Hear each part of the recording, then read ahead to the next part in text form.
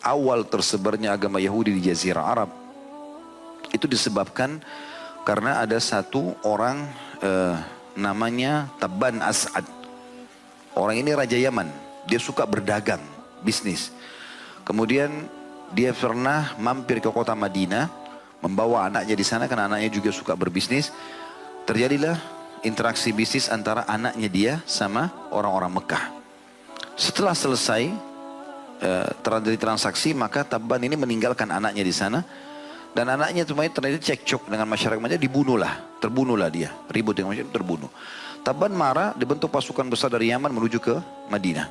Lalu dia mengepung Madinah, terjadi peperangan. Pada saat itu dia sempat kagum dengan penduduk Madinah. Karena dia belum pernah menghadapi peperangan seperti peperangan menghadapi masyarakat Madinah yang nanti setelah Nabi SAW lahir menjadi kaum Ansar. Gitu kan? Orang-orang yang mulia. Jadi mereka pagi hari sampai siang itu bertempur, berperang sama musuhnya. Tapi di sore hari dan malam hari mereka mengirimkan obat dan makanan buat musuh-musuhnya. Ya.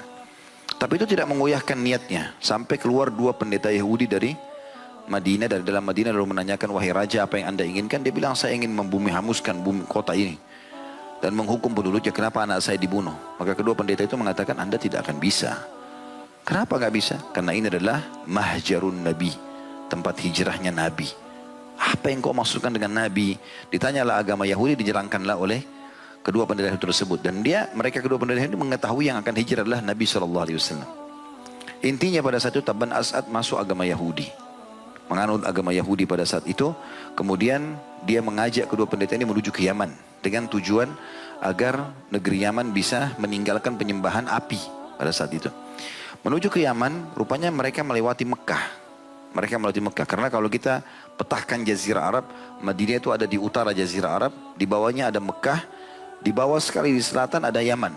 Berarti orang kalau dari Madinah mau ke Yaman melewati Mekah. Ya. Zaman dulu jalurnya begitu. Memang cuma dari jalur Madinah ke Mekah. Makanya dulu orang-orang Mekah pun kalau berdagang ke negeri Syam pasti melewati Madinah. Kafilah-kafilahnya ditahan oleh kaum muslimin.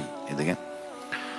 Ringkas cerita teman-teman sekalian, sampailah di Mekah, kemudian ada suku namanya Huzail. Suku ini tidak menyukai penduduk Yaman, tidak suka juga. Berarti penduduk Yaman, Tabban As'ad. Tidak menyukai juga penduduk Mekah. Selalu ribut. Maka mereka datang kepada Tabban sambil mengatakan, wahai raja, maukah anda harta yang banyak dan tidak ada kekuatan yang bisa melawan anda? Kata Tabban, tentu saja. Lalu mereka mengatakan di dalam kota ini di Mekah ada satu rumah, maksudnya Ka'bah. Di bawahnya banyak tertimbun harta. Memang zaman itu orang-orang karena memuliakan Ka'bah, walaupun mereka menyembah berhala, tapi mereka banyak yang mendatangkan emas, taruh di dalam Ka'bah, ada yang menimbunnya di dalam Ka'bah. Jadi banyak sekali perhiasan-perhiasan di situ. Maka Tabban As'ad mengatakan, tentu saya mau. Disiapkanlah pasukan, waktu lagi gemuruh pasukan disiapkan. Kedua pendeta Yahudi ini lalu mengatakan, anda mau kemana? Dia bilang, saya mau ke Mekah. Ini katanya di sini ada satu rumah, banyak perhiasan, masyarakatnya lemah, saya bisa ambil. Maka kata kedua pendeta tersebut dalam riwayat-riwayat yang sahih dalam sirah, ya, bahwasanya sesungguhnya anda dapat berita dari mana? Kata Tabban As'ad, dari suku Huzail. Maka kata kedua pendeta tersebut, sungguh Huzail tidak mau untuk anda kecuali kehancuran. Gak bisa buat apa-apa. Dan kami tidak pernah mengetahui ada rumah Allah di muka bumi kecuali ini. Jadi kedua pendeta Yahudi ini memberikan kesaksian tentang Ka'bah rumahnya Allah. Jadi bukan cuma kita sekarang. Memang rumah ini sudah dikenal dari zaman dulu. Gitu. Bukan baru sekarang. Dan ini sebuah kesaksian yang pasti mereka tahu. Maka Tabban As'ad bertanya, lalu apa saran kalian? Kata kedua pendeta tersebut, tawaflah di situ. Lalu kata Tabban As'ad, kalian kenapa tidak ikut? Kalian juga ikut kepada saya. Kata mereka berdua, kami adalah pendeta. Kami tidak mungkin tawaf di situ sementara ada berhala-berhala. Maka Tabban As'ad pun masuk, tawaf, dan dia tertidur dekat Ka'bah, lalu dia mimpi dia memberikan kiswah atau kainnya Ka'bah. Maka dia pun memberikan kain katun dari Yaman, kemudian hari kedua dia mimpi dia berikan kain yang lebih baik, maka dia terus memberikan kain, maka terjadilah pada saat itu penetapan kiswah Ka'bah sampai hari ini.